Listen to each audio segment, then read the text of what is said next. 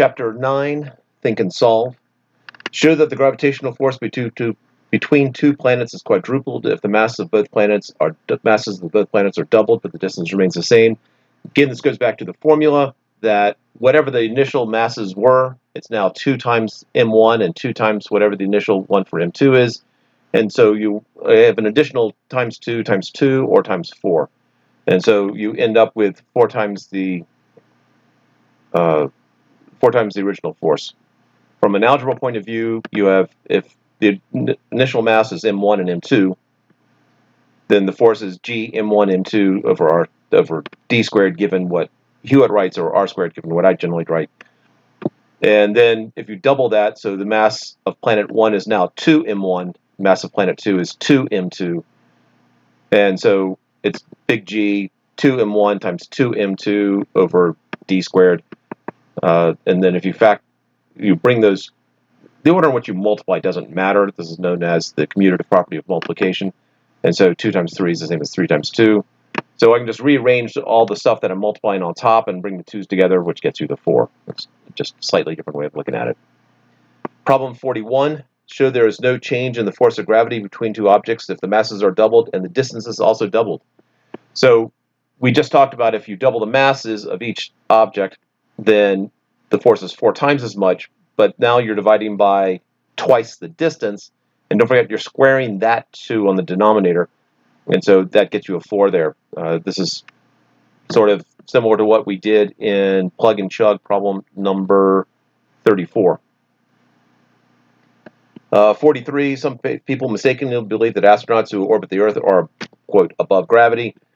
Calculate G for space shuttle territory. And it gives you various information here.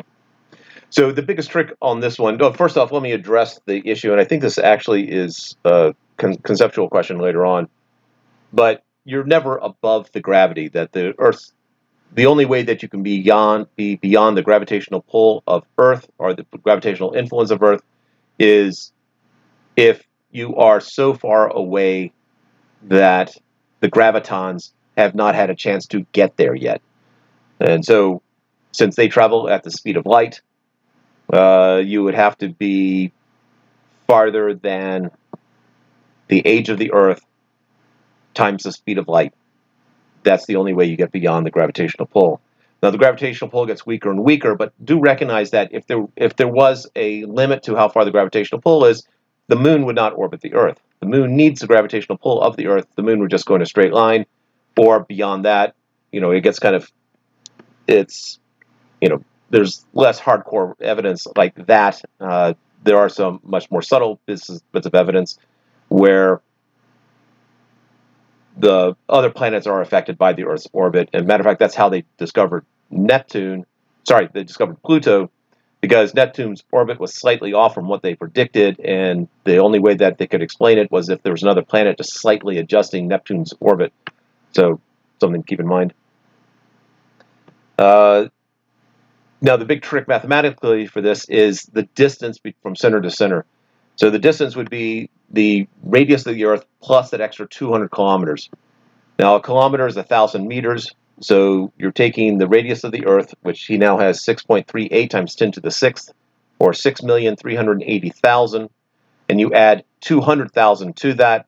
So you now have the distance is 6,580,000 meters away. And we're about to get joined by a dog here. Your answer is what percentage of 9.8 meters per second squared? So whatever you get, divide by 9.8 times 100 to get a percent form. Or I need you to stay off. And that's the last one for Think and Solve. So I can stop this and hopefully get 4 dismissed. Oh, he's licking my hand, so